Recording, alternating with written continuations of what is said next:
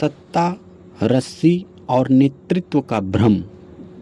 हरिशंकर प्रसाई की व्यंग्य शैली से प्रेरित एक मंथन। हमारे लोकतंत्र में एक बड़ी अद्भुत प्रजाति पाई जाती है, सत्ता पुरुष।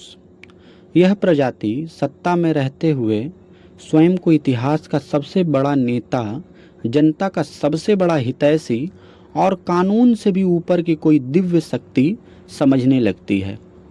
उसके समर्थक उसे देखकर ऐसे मुग्ध होते हैं जैसे सूरज उसी के घर से निकलता हो। सत्ता में रहते हुए उसे लगता है कि सड़क उसी ने बनवाई, बिजली उसी ने पैदा की, वर्षा उसी के आदेश से होती है और जनता उसके चरणों की धूल बनने के लिए ही पैदा हुई है। वह भूल जाता है कि लोकतंत्र में कुर्सी किराए की होती है, पैतृक संपत्ति नहीं। फिर एक दिन चुनाव आता है, जनता चुपचाप मतदान करती है और सत्ता का पहिया घूम जाता है। कल तक जो व्यक्ति लाल बत्ती के आगे पीछे पुलिस की गाड़ियों के काफिले में चलता था, आज वही पुलिस उसकी कमर में रस्सी और हाथों में हथकड़ी लगाकर ले जाती दिखाई देती है। यह दृश्य देखकर जनता आश्चर्य नहीं करती, क्योंकि जनता जानती है कि कुर्सी और चरित्र दो अलग अलग वस्तुएं हैं। सबसे दिलचस्प दृश्य तब होता है जब उसके समर्थक गायब होने लगते हैं। जो कल तक नेताजी अमर रहे के नारे लगा रहे थे, वे आज मोबाइल बंद कर लेते हैं। कुछ तो इतने सिद्धांतवादी निकलते हैं कि कहते हैं, हम तो उन्हें जानते ही नहीं थे। यह एक बड़ा प्रश्न खड़ा होता है। यदि सत्ता जाते ही आपके पीछे चलने वाला कोई नहीं बचा, यदि आपके समर्थन में जनता का एक शब्द नहीं निकला, तो क्या आप सचमुच नेता थे? नेतृत्व और प्रभुत्व में बहुत अंतर है। नेतृत्व लोगों के दिलों पर चलता है, प्रभुत्व लोगों के डर पर। नेतृत्व सम्मान कमाता है, प्रभुत्व भय पैदा करता है। नेतृत्व कुर्सी छिन जाने पर भी बचा रहता है, लेकिन प्रभुत्व कुर्सी के साथ ही विदा हो जाता है।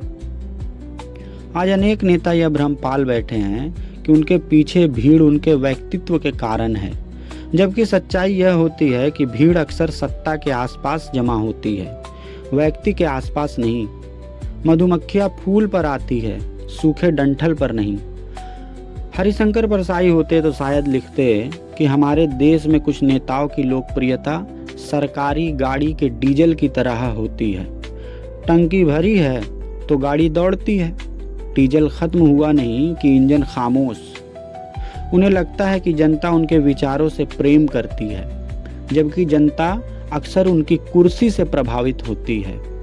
इसलिए सत्ता में बैठे लोगों के लिए इससे बड़ा सबक कोई नहीं कि शक्ति का उपयोग सेवा के लिए हो, प्रदर्शन के लिए नहीं। कानून को जेब में रखने का भ्रम अंततः कानून के शिकंजे तक ही पहुंचता है और जनता की चुप्पी से बड़ा कोई फैसला नहीं होता। यदि आप सचमुच नेता हैं तो कुर्सी छिन जाने के बाद भी लोग आपके साथ खड़े रहेंगे, लेकिन आपकी राजनीति केवल भय, दबाव, धन बल या बाहुबल पर टिकी थी, तो सत्ता जाते ही आपके चारों ओर ऐसा सन्नाटा होगा कि आपको अपने ही अनारों की आवाज़ सुनाई नहीं देगी। लोकतंत्र का यही शाश्वत व्यंग है।